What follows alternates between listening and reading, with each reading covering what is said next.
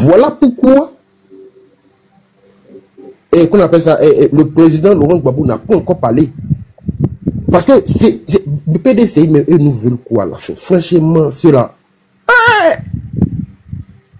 On peut faire ça, dame.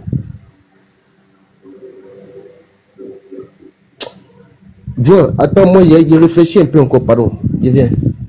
Non, mais franchement, il faut reconnaître que ce que l'intervention de la dame là est en train de m'ouvrir l'esprit. Hein. C'est les gens du PDCI là, ceux qui ont ramené drama. Vous là, quand on commence à courir, vous là, vous nous connaissez, hein. Vous les gens du PDCI là, vous nous connaissez, hein. Quand on commence à courir, vous là, c'est que vous êtes venus mêler notre, nous on est là. On vient enlever ce diable qui est là, vous voulez jouer à notre esprit, non? D'accord. D'ici tout là, il ne faudrait pas que on voit clair dans ce qui se passe. Parce que là, vraiment, comme si c'est un esprit qui est passé par... Ce qu'elle vient de dire là, c'est tellement pertinent de voir que ce monsieur-là, on dit tu es radié. Au de dire, bon, nous tous, on nous a radié là, mettez-nous ensemble. Toi, tu viens faire un sondage avec une liste électorale que nous, on conteste. Ton sondage, tu as fait là, tu as fait quelle liste? Franchement. Ah, mais non. Là, moi, je voulais dire qu'on ne tire pas sur l'ambulance. Hein. Mais là, même, là, c'est une roquette qui est déposée dans l'ambulance là. D'ici le soir, là, vous allez prendre là. Le grand frère sera tous rentrés là. Je suis là. Je ne sais pas si tu connais les deux thématiques. Je ne sais pas ce qui est écrit là, le nom de Gbagbo sur la liste électorale, non à un quatrième mandat. Ça, on a mis ça comme ça pour mettre en valeur. Sinon, les deux thématiques, c'est le discours de Michelin, le porte-parole du gouvernement, disant que si Gbagbo lance un mot d'ordre sur laquelle t'appeler, sinon il y a quelque chose, et ils sont prêts d'après leur discours d'habituel. Et la déclaration de Thiam après sa radiation. Voilà, d'accord. Je vais donc commencer par le discours de Michelin. Voilà. Parce que lui, c'est lui qui est au pouvoir et c'est lui qui m'intéresse. Parce que c'est sa place que moi je vais prendre. Voilà. Je veux que mon président, Laurent Gbagbo, il prenne la place d'Alassane Ouattara. Et puis moi, je vais prendre la place de Michelin. Donc moi, c'est lui qui m'intéresse. Donc vous voyez, on dit quand un chien veut mordre là, il n'aboie pas. Le chien qui aboie beaucoup là, il veut t'effrayer, mais il ne va pas te mordre. Si tu sais te prendre avec ce chien-là, il ne va pas te mordre. Donc, celui qui dit qu'il va faire quelque chose, il n'a pas besoin de le crier. En fait, il veut l'effrayer, l'opposition, en faisant des menaces. Mais toi-même qui fais les menaces même là, quand on te regarde même, quand on regarde Michelin faire les menaces, on voit que lui-même il a peur. Pendant qu'il fait son menace là, il a peur. Il n'est pas rassuré. Il n'est pas rassuré. Parce que comment eux, ils peuvent menacer les gens? Ils peuvent dire aux gens que non, ce ne sont pas des menaces, que ce sont des conseils. Mais si vous avez des proches qui connaissent les familles de ces gens-là, informez-vous, ils vont vous dire. Hein. Ils sont beaucoup qui font partie de leur famille à l'étranger. Ils sont en train de cacher leur famille. Parce qu'ils ont peur. C'est eux qui ont peur. La peur a changé de camp. La peur a changé de camp. Le RHDP a peur. Mais ce qui est vrai encore, c'est que on a su faire les choses. Hein. Moi, il y a quelques jours, je disais que non, on ne fait rien et que Ouattara est en train de gagner du temps, tout ça. Mais les gars, moi je vous dis, il n'y aura pas d'élection en 2025 là. Il n'y aura pas d'élection. Il n'y aura pas d'élection en 2025. Ça, écrivez ça. Il n'y aura pas d'élection. En tout cas, en octobre, il n'y aura pas d'élection. Ce que Ouattara a fait et ce que le gouvernement de Ouattara est en train de faire et ce que nous avons fait comme acte politique, essayer de mettre à nu ce qu'il fallait mettre à nu. Parler de ce qui ne permet pas d'avoir une élection libre et transparente. C'est-à-dire parler d'une révision de la liste électorale qui est importante. Et que Alassane Ouattara refuse. Et ça, quand tu discutes avec n'importe qui, dans n'importe quel pays du monde, les gens se disent, mais ils ne comprennent pas pourquoi eux, ils refusent qu'il y ait une révision de la liste électorale. Alors qu'une révision, c'est quelque chose de normal. Donc les gens ne comprennent pas. Les gens ne comprennent pas pourquoi il n'y a pas le nom de certaines personnes sur la liste électorale. Les gens ne comprennent pas ça non plus. Les gens ne comprennent pas pourquoi cette commission électorale indépendante-là, qui est cette commission électorale dite indépendante-là, elle respecte à la lettre les recommandations du RDR, du RHDP. Parce que le RHDP dit qu'il n'y aura pas de RLE, le président de la commission électorale indépendante ne répond plus tard qu'il n'y aura pas de RLE. Donc, on voit qu'il y a une collusion entre le RHDP et la commission électorale indépendante. Et ça, toute la communauté internationale, tout le monde est au courant de ça. Tout le monde est au courant que si on part à une élection avec les structures qui sont là, mais ce ne sera pas une élection, ce sera une désignation. Ce sera une désignation. Donc, il n'y aura pas d'élection propre dans ces conditions-là. Et les démarches que nous avons faites, qui ont poussé l'ONU à envoyer un émissaire à Abidjan, qui a constaté, qui a écouté les partis politiques. Mais ils savent. Et en fonction de ça, qu'est-ce que le représentant de l'ONU a dit? Il faut que les conditions d'une élection calme, paisible, soient réunies. Mais quand on parle d'élection, on parle de avant l'élection, on parle de pendant l'élection et on parle de après l'élection. Nous sommes dans le avant. C'est ce qu'on appelle en français une crise préélectorale. Et ils sont au courant. Ils ont averti les uns et les autres. Et moi, je peux dire même aux militants des différents partis politiques et à toute l'opposition de façon générale que nous sommes un peu nous sommes sous le parapluie des personnes de l'extérieur. Nous sommes sous le parapluie de toute l'humanité qui voit ce qui se passe. Et ils savent, ils sont au courant que la situation est difficile, que la situation est tendue. Et c'est parce que la situation est tendue qu'ils ont envoyé un émissaire en Côte d'Ivoire pour la détendre. Malheureusement, Alassane Ouattara n'a pas trouvé nécessaire de détendre l'atmosphère. Parce que, regardez très bien, le rejet, sinon la radiation de Tidiane Thiam sur la liste électorale vient après le passage du représentant de l'ONU à Abidjan. Ça veut dire qu'ils n'ont même pas écouté. Alors qu'on s'attendait à ce que les 3 autres personnes qui ont été radiées de façon injuste soient réintégrées sur la liste électorale, on vient allonger le nombre de personnes. Résultat, et ce qu'il faut comprendre, ce que Alassane Ouattara ne prépare pas une élection présidentielle, mais Alassane Ouattara est en train de préparer un affrontement. Mais cette fois-ci, et quand tu prends un peu la géopolitique, quand tu prends les pays qui nous entourent, tu vois leur position par rapport à la Côte d'Ivoire. Tu vois la position du Ghana. Le Ghana qui fait encore partie de la CEDEAO, qui est un pays que je peux appeler un pays libre, parce que c'est un pays francophone. Vous voyez, le Ghana a reçu le leader du GPS. Ça ne doit pas plaire à la Côte d'Ivoire. Mais ça, je ferme rapidement la parenthèse.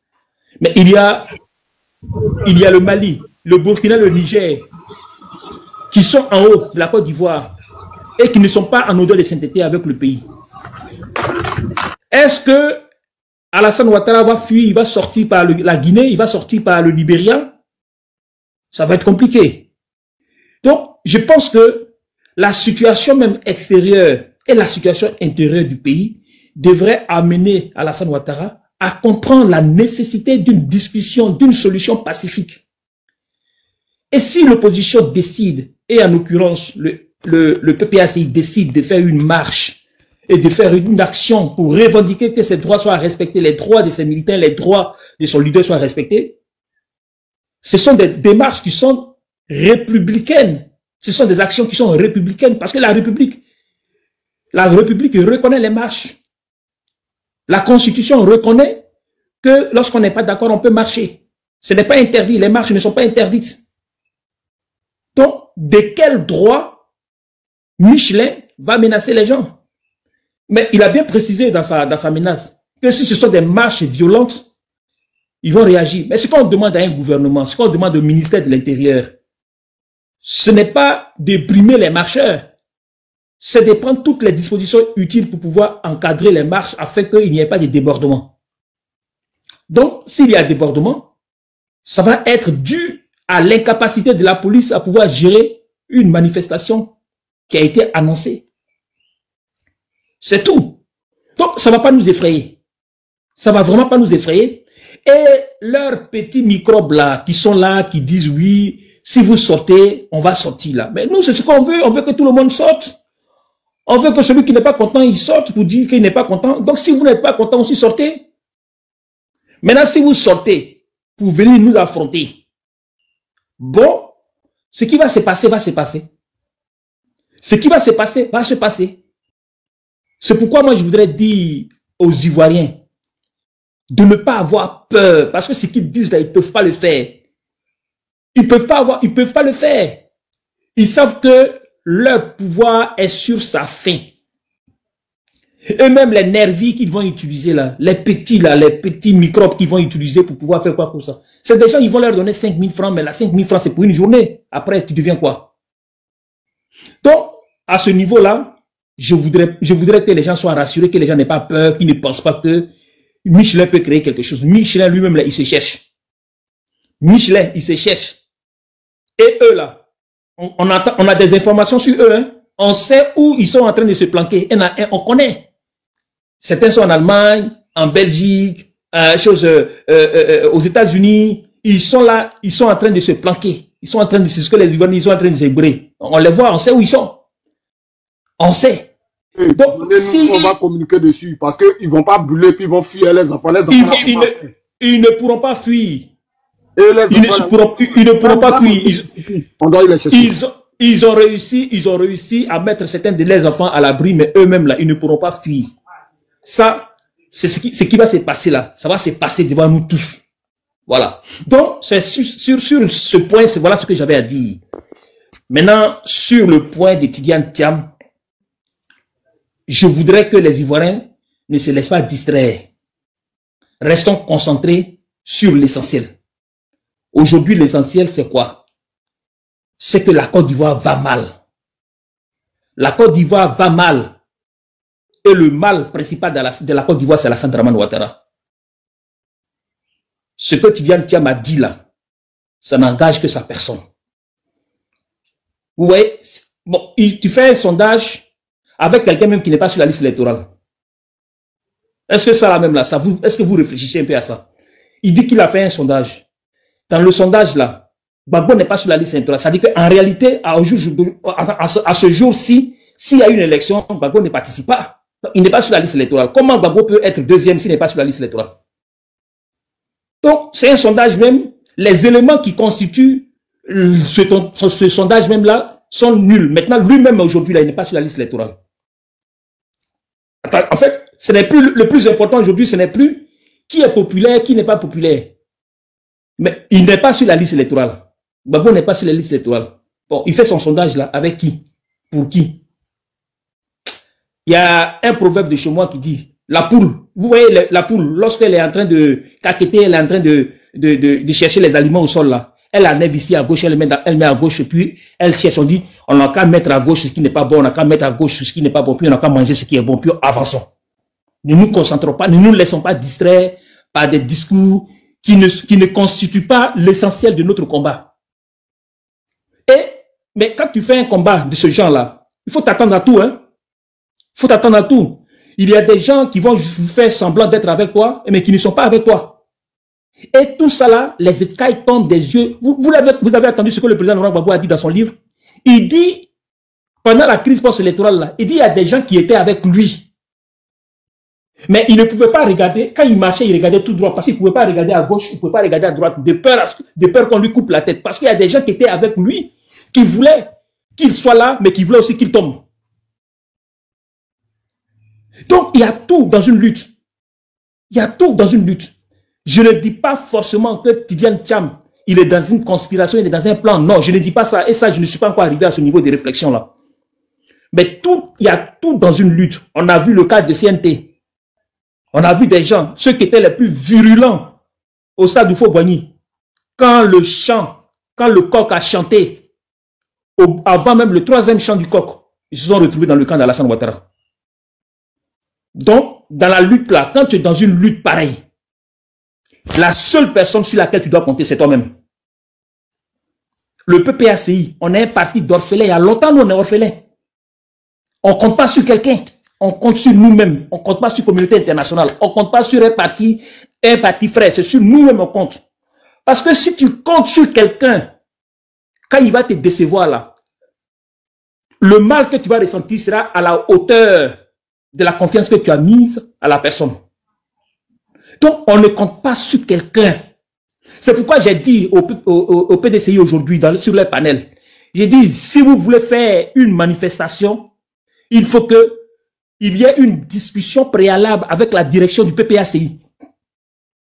On ne peut pas, vous ne pouvez pas prévoir votre manifestation puis dire que oui, le PPACI n'a qu'à venir. Puisque nous, on a dit qu'on se désolidarise de cette manifestation-là, vous allez nous considérer comme des gens qui ne sont pas des patriotes. Non. Une manifestation se prépare. Il faut qu'on prépare la manifestation ensemble. On se dise, on marche pourquoi? Avec quels moyens? Quel est le nombre de personnes qu'on prévoit? Quelles sont les dispositions qu'on prend? Quel est le but qu'on vise? Voici comment on prépare une manifestation. Et nous, au PPACI, on est habitué à préparer les manifestations. Nos manifestations, pour les faire, on va d'abord, parce qu'on a des cellules qu'on appelle des agoras. On va dans les agoras, on communique avec les militants de base et on leur dit, voici ce qu'on va, voici une marche qu'on organise pour tel objectif. Si vous venez, tenez-vous comme ça. Mais on ne peut pas se lever comme ça puis dire que non, on dit à nos militants de PPACI, les gars, sortez, PDCI a appelé, donc allez, sortez. Non, on ne peut pas faire ça. Si c'est à cause de ça qu'ils veulent nous considérer comme des traîtres, là, c'est leur problème. Moi-même, là, je préfère être traître à la traîtrise. Si c'est ça, là, c'est leur problème. Le PPACI ne rentrera pas dans une marche qu'ils n'ont pas préparée. Si vous voulez qu'on fasse une manifestation, respectez-nous. Appelez-nous, rencontrez-nous, ayons des séances de travail. Sinon, pour le moment, là, le PDCI est dans une coalition avec 24 partis politiques. Mais ils n'ont qu'à prendre les 24 partis politiques et ils vont faire les marches. Ils peuvent commencer par eux. Et quand ils auront compris la nécessité de discuter, de pouvoir faire une marche ensemble, une manifestation ensemble avec le PPACI, qu'ils auront compris qu'il faut discuter avec nous pour trouver tous les mécanismes d'organisation de cette manifestation-là, on le fera ensemble. Mais pour le moment, ils peuvent commencer entre eux, membres de la coalition. Je voulais rappeler au PDCI RDA que le COGEP dit qu'il ne va pas demander à un Ivoirien de sortir pour réclamer que son nom soit mis sur la liste électorale. Donc si pour lui-même là, il ne va pas demander à quelqu'un de sortir, c'est pour quelqu'un d'autre qui va demander aux gens de sortir. Ils disent qu'ils sont dans une coalition pour la paix. Mais ils n'ont qu'à utiliser les méthodes de paix. Moi, je ne sais pas. Parce qu'ils ont donné l'impression qu'il y avait des gens qui étaient contre la paix. Oui, oui, ils ont donné l'impression qu'il y a des gens en Côte d'Ivoire là, il y a des partis politiques en Côte d'Ivoire là qui sont contre la paix. Moi, j'ai écouté Blé Goudé parler à la sortie de leur première rencontre de merde là. Je l'ai entendu parler. Il a donné l'impression aux gens qu'il y a des gens, il y a des partis politiques en Côte d'Ivoire, il y a des structures, il y a des organisations qui sont en Côte d'Ivoire qui sont contre la paix. Que eux là, ils sont pour la paix. Allez-y avec votre paix. Allez-y avec votre paix. Et puis nous, on fera ce qu'on sait faire.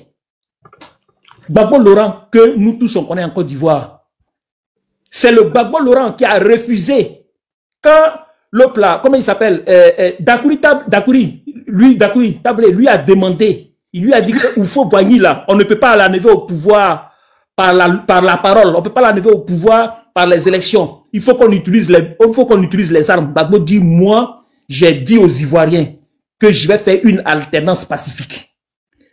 Et que pour pouvoir diriger la Côte d'Ivoire, j'ai les idées et j'ai les hommes. Gbagbo n'a jamais cité armes. On ne peut pas demander, on ne peut pas reprocher à Gbagbo en Côte d'Ivoire, dans ce pays-là. On ne peut pas lui dire, on peut accuser Gbagbo de beaucoup de choses. Mais dire que Gbagbo est un homme violent, jamais. Gbagbo a simplement dit que la basilique qu'ils ont construite à Yamoussoukro là, c'était pas utile. Et il a dit que c'est de la mégalomanie. C'est une folie de grandeur, que la Côte d'Ivoire n'avait pas besoin de ça parce qu'on était dans une situation de crise. Donc il a dit à Oufo Boigny que c'était un mégalomane. C'est tout. Gbagbo n'a jamais pris les armes contre Oufo Boigny. Gbagbo n'a jamais... En Côte d'Ivoire ici, là, les gens qui prennent les armes, on les connaît. Donc, faire tout pour pouvoir taxer le PPACI de partis violents, de partis qui ne veulent pas la paix en Côte d'Ivoire, ce n'est pas une bonne chose. Donc, je voudrais leur dire que nous, on s'en fout de leur sondage. Voilà, on s'en fout de ça. Nous-mêmes là, Gbagbo est notre président dans notre cœur. On a fait notre sondage aussi même. Et puis Gbagbo gagne au premier tour avec 75%. Et puis ça ne va pas quelque part. Merci. Donc comme eux, ils disent qu'ils sont majoritaires. Parce que Alassane Ouattara aussi dit qu'il est majoritaire. Hein, il dit que 96% des Ivoiriens demandent qu'il soit candidat. Donc ça veut dire que 96% des Ivoiriens vont voter pour lui. Donc Ouattara aussi dit qu'il est majoritaire. Le ministre Bion, il dit... Je ne sais pas si vous vous rappelez, Bion a dit, si on fait une élection, il y a une semaine de cela qu'il a dit, si on fait une élection ce jour-là, en Côte d'Ivoire, il dit Ouattara va être 5e. Il a dit que Ouattara va être 5e. Si on fait élection, Ouattara sera la 5e position. Ça aussi, c'est un sondage. Ça aussi, c'est un sondage. Donc, les gars, ne vous laissez pas, ne restez pas focalisés sur ce que Tidjane Thiam a dit. Son sondage dont il a parlé là, il parlait pas aux Ivoiriens. Il parlait à ses amis occidentaux. Parce que lui, il aime dire que non, il connaît tel père. J'ai fréquenté avec le premier ministre Trudeau. J'ai fait ceci, j'ai fait cela. C'est à eux qu'il parlait pour leur montrer qu'il est populaire afin qu'ils viennent le soutenir. Mais c'est eux-mêmes, leurs chaînes de télévision, leurs chaînes de radio qui se moquent de lui. Depuis hier, on se moque de Tidjane Thiam. Je ne sais pas si vous êtes au courant de ça. Les chaînes de télévision, les radios étrangères là se moquent de lui. Ils disent que 2 jours après sa radiation, il n'a pas pu réunir 300 personnes pour sa manifestation. Les gens se moquent de lui. Quelqu'un qui dit qu'il était populaire, qui vient en première position, là, il n'a pas pu réunir 300 personnes. C'est les RFI là qui parlent de ça. Donc les gars, on n'a qu'à sortir de ce débat-là. Cherchons à mobiliser nos frères, cherchons à mobiliser nos camarades pour que les messages, le mot d'ordre que le président Laurent Gbagbo va lancer dans quelques jours, ça ait un grand impact sur la population ivoirienne, ça puisse changer les choses, parce qu'il faut qu'il y ait le changement. Et le changement, il est possible. Et le changement, il est à portée de main. Voilà. Donc, je vais vous remercier. J'ai trop monopolisé la parole. Je vais vous laisser la parole. À moi, hein. Je vous encourage à mobiliser, à sensibiliser les gens et sortez du débat de sondage de Tidjane Thiam là. C'est pas le plus important. Je vous remercie. Ok. Merci. En tout cas, tu as été long, mais ça a été important. Ça a été instructif pour nous. Voilà. Black, je sais que c'est à toi. Là, c'est obligé de me faire la commission. C'est toi qui modère à ma place. Eh non, quand Wobé est chef, Vas-y. on souffre d'un pays là-dedans. Mais bon, on va commencer à se plier au Wobéa. Alors, grand frère Zaratou, soit salué. Tout à l'heure, sur le panel de Bitignon, j'étais en bas et après, il y a même pris ta place. Et ici encore, je te suis. Et je suis d'accord avec ce que tu viens de dire. Mais allons doucement. Yaya, allons doucement. Pourquoi je le dis? Ne fait la politique que celui qui a du cardio et qui est habité par une science de l'oubli. Si tu n'oublies pas, tu ne peux pas faire la politique. Et si tu n'as pas le cardio, tu ne feras pas la politique. Tu es un sachant. C'est TikTok qui fait que on parle avec toi. Sinon, toi, tu n'es pas n'importe quelle viande, on met dans n'importe quelle sauce. Voilà. Toi, ta sauce là, elle est à part. Allons-y, Molokai, comme on le dit chez nous. On ne peut pas tirer sur quelqu'un qui traîne déjà. La seule chose que j'ai pu ressortir dans ça, M. Tidjane Thiam s'est fait avoir. Et je le dis sur le panel et je ne fais que le répéter. Moi, je suis pas dans la posture de rabaisser les hommes d'État ou bien des gens qui incarnent les institutions. Donc, ce que je dis là, je l'ai déjà dit. S'il y a des Tiami Samba ici, ils sauront que je l'ai déjà dit. Je dis, il s'est fait avoir. Comment? Ouattara. Et la question, je l'ai même posée à Jonathan et puis Kevin. Tous les tontons, les dinosaures du PDCI qui ont connu la politique avant Thiam lui-même, qui ont marché avec Koufoué, comment est-ce qu'ils ont pu laisser M. Tidjane Thiam se faire avoir par Ouattara? Ouattara, qu'est-ce qu'il a fait? Il a utilisé une personne interposée là pour parler avec lui. Il parle avec Thiam par personne interposée.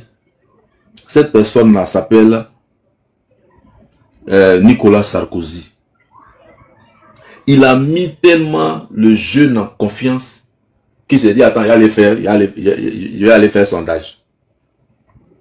Il a tellement mis Tidjane Thiam en confiance que lors de ses sorties, traitait d'autres personnes il va mettre serpent dans son calice, dans son pantalon, tout ça là, c'était la plus grosse faute que le gars était en train de commettre. Pourquoi? Parce que Ouattara sait que devant là-bas là, où il y a une petite ampoule rouge qui est allumée là, c'est le carrefour où lui l'attend. Il dit Sarkozy, il parle à lui ici, mais je m'avais devant là, tu vois la petite ampoule là, je l'attends.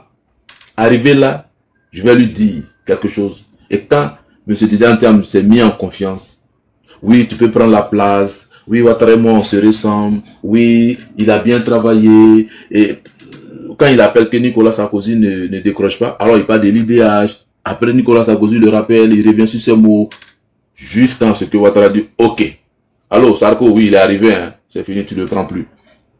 Et on sort la carte maintenant, une seule carte, ça l'a dominé. Mais quand Ouattara fait ce schéma-là, il le fait parce qu'il sait que les propos antérieurs de l'homme qu'il a eu vis-à-vis de l'opposition allaient c'est-à-dire que ça allait le rattraper. Parce que les gens de GPS, ils allaient ressortir le communiqué du PDCI qui se désolidarisait du gars de GPS qui a été pris, Manu Militari, à leur siège. Et les propos qu'il tenait pour dire il ne met pas de serpent dans son caleçon, et que eux c'est un parti de paix, que quand le PPRCI dit s'il n'y a pas Gbagbo, il n'y a pas élection, c'est que c'est la violence. Donc il sait que vu que la politique est faite des faits antérieurs, présents et futurs, ils savent que le PPRCI va ressortir tout de suite dans son casier là, oui, tu m'avais dit ça, tac. GPR va sortir, ah tu m'avais dit ça de nous. Donc il va encore être plus fragilisé au lieu que l'opposition vienne dire ah Yako, tu as mal, ou le pied droit même. Ouattara m'a attendu pour moi. Non, maintenant là, nous on sort ce que tu viens de dire là. Pour dire voici ce que tu disais. Pourquoi il le disait? Parce que Ouattara l'a mis en confiance via Sarkozy. Qu'est-ce qu'il faut faire maintenant? J'aurais été à la place du PDCI, parce que je l'ai dit sur le panel de Gutignon. Ne sous-estimez pas un parti politique à laquelle il y a un nom qu'on appelle Laurent Gbagbo. Et puis, je l'ai même dit sur le panel de Gutignon. Moi, quand le président Bédier est décédé, j'ai fléchi les deux genoux et j'ai crié pour dire « Ah, c'était pas le moment, le vieux. » Parce que j'ai vu quelque chose qui allait déboulonner Ouattara. Laurent Gbagbo, quand le président Henri Konan Bédié personnellement est allé le voir, en dépit de tout ce qu'il a dit le concernant, il était bien à la CPI, on va pas refaire, on peut pas refaire une femme en grossesse qui a déjà accouché. Mais tous nous le savons. Laurent Gbagbo a reçu Bédié. Quand Laurent Gbagbo rentre, il va à Daoukoro. Lors de son cortège, on a vu les gens qui ne voulaient même pas qu'il passe dans ces villes. Tellement les gens voulaient le voir. Il a dormi chez Bédié. Ils sont allés même au champ. Laurent Gbagbo a effectué 3 visites. Ces visites-là ont permis d'avoir à l'élection législative les listes communes EDS, PDCI, qui nous a donné la législation au niveau de Yopougon. Et puis bon, comme dans certains partis politiques, il y a d'autres qui croient à leur force, donc au municipal, d'autres ont voulu dire qu'ils étaient bon. Bref, mais on a senti quelque chose. Chemin faisant, le vieux décède dans des conditions jusqu'aujourd'hui. Même le bon Dieu même demande à Bédié, mais il y a quoi? T'es venu faire quoi ici? Bref, un peu d'ironie, un peu d'humour, un peu. Mais quand M. Tidiantan prend les rênes du PDCI, la démarche, c'est vrai qu'il allait voir le président Gbagbo à Maman, tout ça. C'est fini. Ah oui, les premiers de classe, Sarkozy est rentré en ligne en même temps. Oui, les premiers de classe, il est ici, quand Gbagbo sort une phrase ici, le PDCI récupère, ah c'est de nous il parle, donc on se tiraille de part et d'autre. Donc le dynamisme, la dynamique de la marche commune du PDCI et du PPRCI s'est fragilisée. D'où l'appel de Benoît qu'ils ont fait vieux ignorer. Ça a été de la moquerie, mais de la pure moquerie. La raison pour laquelle Laurent Gbagbo est sorti la dernière fois pour dire, quand j'ai fait appel de Benoît, c'est tous les Ivoiriens que j'ai appelés. Parce que les partis politiques se sont moqués de lui. Ça, c'est le mot qu'il faut le dire. C'est de la moquerie. Les Daouda récupèrent pour dire, dès qu'ils voient un émissaire de PPRC sur son plateau, et votre affaire de Benoît là. Le seul parti, dissous d'ailleurs, mais le seul chef de parti politique qui a dit, tiens, il y a un monsieur qui nous invite à manger, tiens, attends, moi j'y vais. C'est celui de Sorobium. Il n'a même pas calculé. Pourtant, vu que le GPS est dissous, Ils n'ont même pas de siège ni de choses là-bas. Mais Dano Diédié a sillonné. Qu'est-ce que les gens ont dit? On va étudier.